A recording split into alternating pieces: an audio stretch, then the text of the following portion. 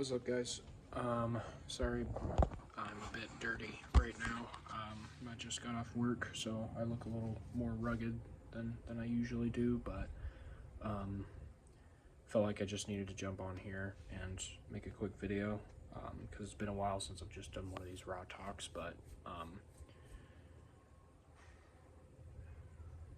I guess it'll just sort of like flow as I say it, but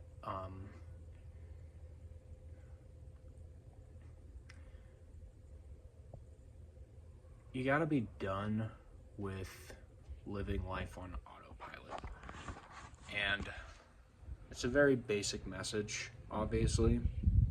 Like, it's a very cliche thing to say, especially when it comes to like gurus or anything. Like, you just gotta like do the work, bro. Like, but think about it for a second. My own personal life has been made up of habits that kind of just got added on out of sake of convenience. What is the least that I can get done in the shortest amount of time with the least amount of discomfort? How can I last? How can I endure and just make it to the end of the day and recover? That's basically how I've been living. Up until recently, though, I've just been thinking about it, and it's like, think about how ungrateful that mindset is. Like, the mindset that because God has given me a day, God has given me time that I don't deserve. He's given me an opportunity to come to Him, to get after it, to make progress. Not even just spiritual progress, but progress in your finances, progress in your mental state, progress in your relationships, progress in the gym or your physique, or even just like you get better at cooking, something as simple as that. So He's giving you time to do all those things. And instead of doing it, you just endure. You just kind of like go through the motions of the day. And I would even argue that because we have the ability to change our environment and influence how what we do influences how we think, right? It's not just, our mind influences what we do, and therefore what we do is predisposed to how we are. People can change. People can literally add things to themselves if they want to. You can become a completely different person in a few months if you try. So it's just ungrateful to look at this capability that God has given you and say, no, I'm not going to do that. I'm going to do the opposite of that. Like, because we have the capability to make change, it would be completely ungrateful to not do that. It would be ungrateful, and it would be a waste of space to say, even though given my current situation, I could change, I could start to do things that make me into a better person, I'm not going to do that. So this doing things for the sake of making it through the day. Why not just go 100%? Why not take every opportunity you have with every hour of the day, not even just to do something productive. I'm not saying that. It's not just about productivity, right?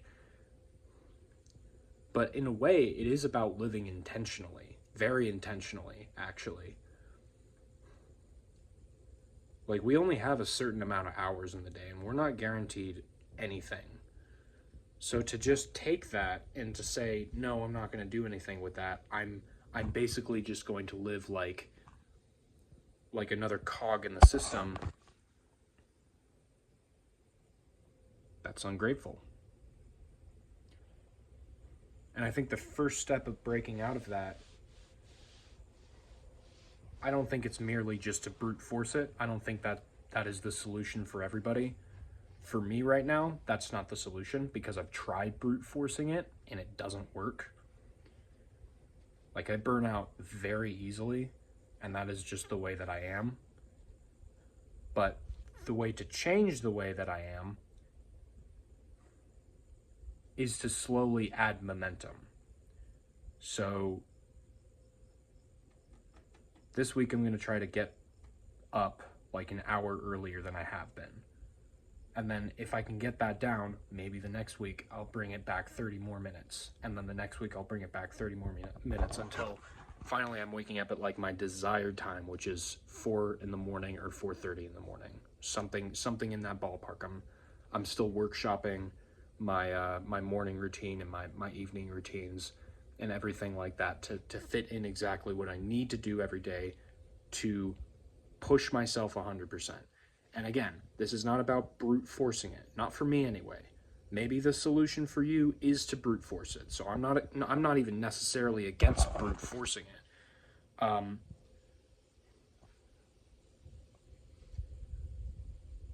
But either way, you know exactly what it is you need to do. Okay? Maybe if it was a few years ago when you were just starting on this and you were just getting into like self-improvement or how to scale your business or how to work out, how to eat properly. I think the majority of people watching this understand that it is no longer possible to make an excuse of ignorance. You know exactly what it is you need to do. You know the first steps, you know the last steps. You just don't do it because you've gotten into the habit of not doing it. So you need to start getting into the habit of doing it. It really is just that simple. Maybe don't start immediately broadcasting your progress, but eventually start broadcasting your progress because you don't know how that could change someone else. I've been so afraid to even post anything because I don't have everything perfectly dialed in. That's pathetic. That's genuinely pathetic. I should start posting because somebody might watch this and become inspired by it to do better. No matter how imperfect or messy that routine is or like not optimal it is. Can I just say as well, optimization is just such a pipe dream. It's such a false standard to try and achieve because at the end of the day, it doesn't matter how optimal you are. It matters how consistent you are. Being a man is about showing up. That is literally one of the key principles of manhood is that you show up and you're not just there physically, okay? Because if you're just there physically, but you're not there, you're not available emotionally, mentally, spiritually, and you're just like something that occupies space, that doesn't make you a man and you haven't actually shown up. So you need to show up physically and also make yourself available. So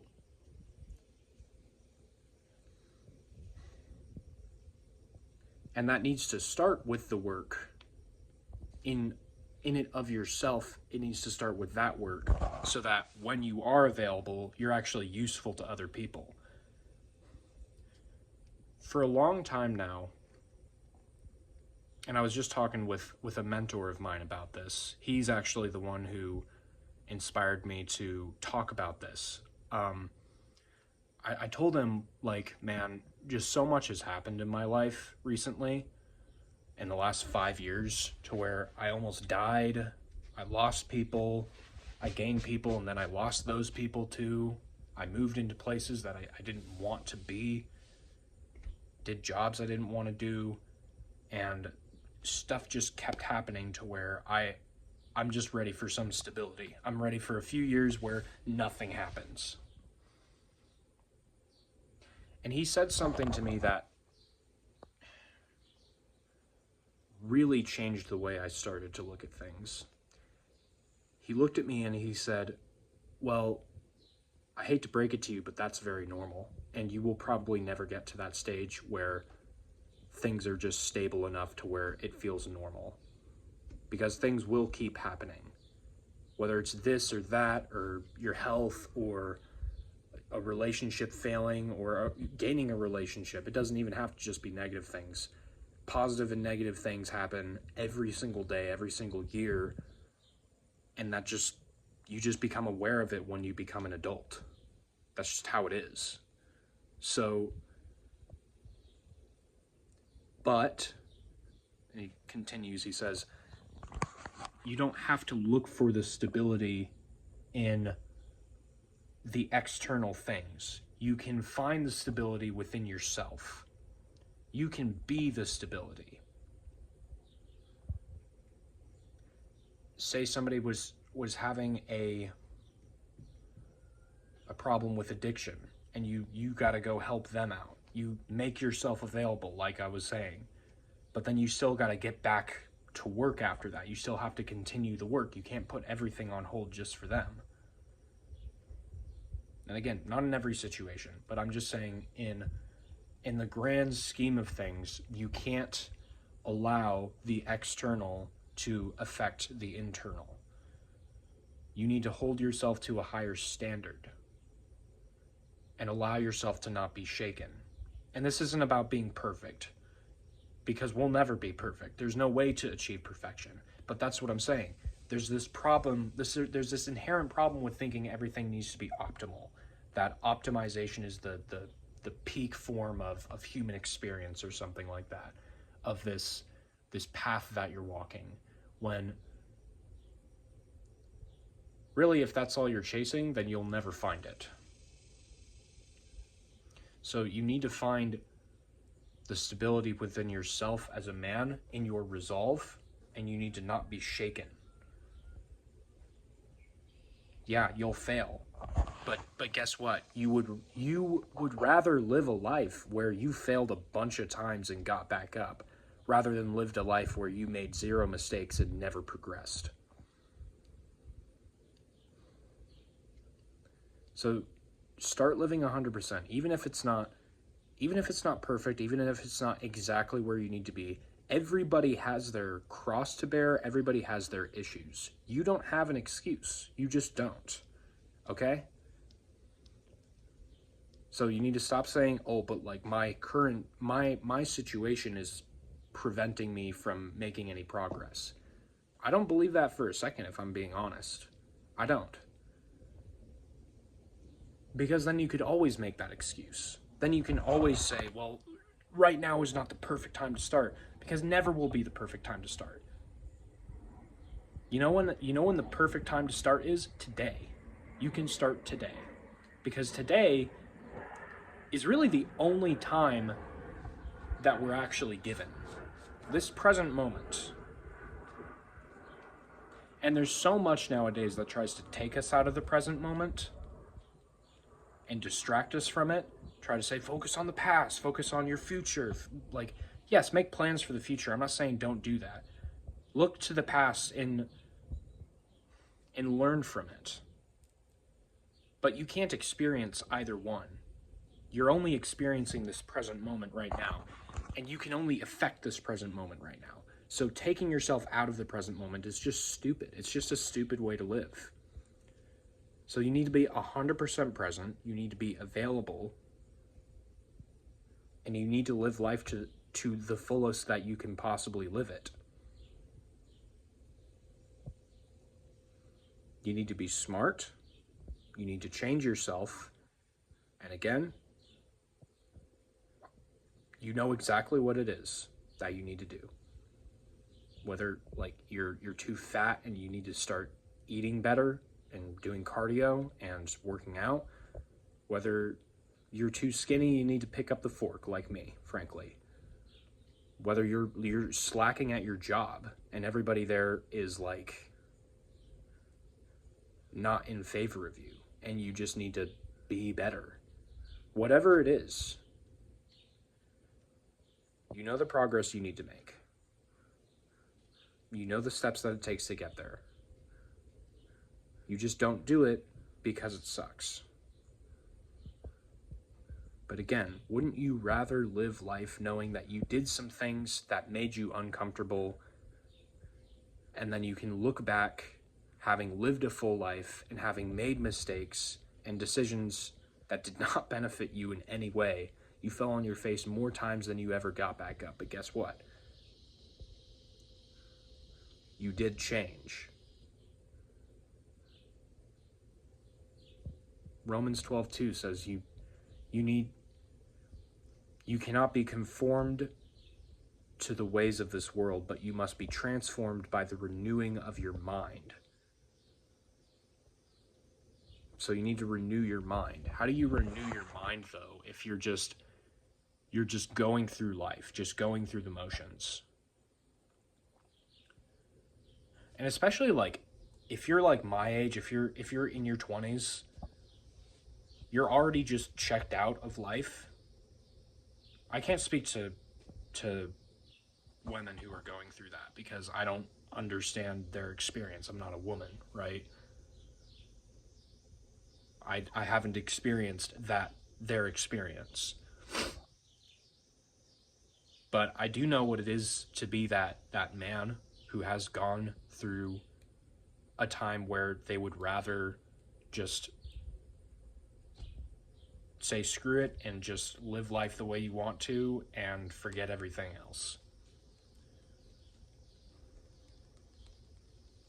And it's like you can defend that all you want.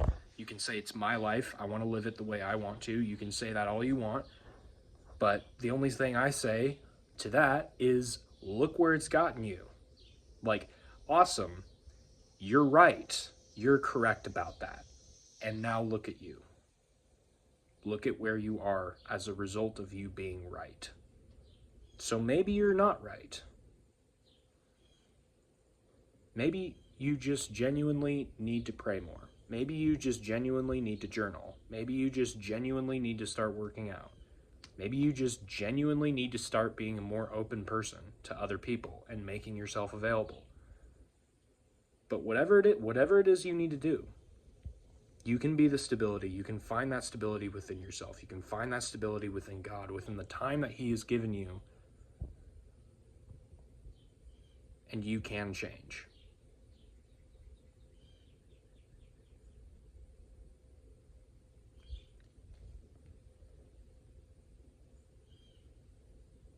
Because if you can't, if the ball's not in your court, if it's somebody else's fault or some external factor's fault that you're not where you need to be, then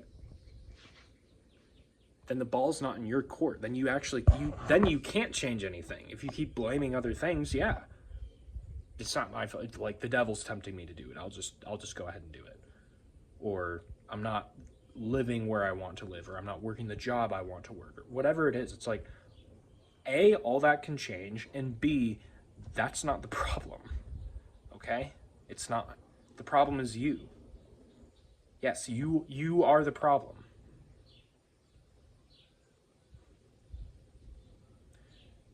But what you do is also the solution. So take resolve in that fact. Take resolve that you actually have that power to do that. At the end of the day, God gave us free will for a reason. He didn't just make robots to go and do His will, right? He gave us choice so that we can choose what He wants us to do.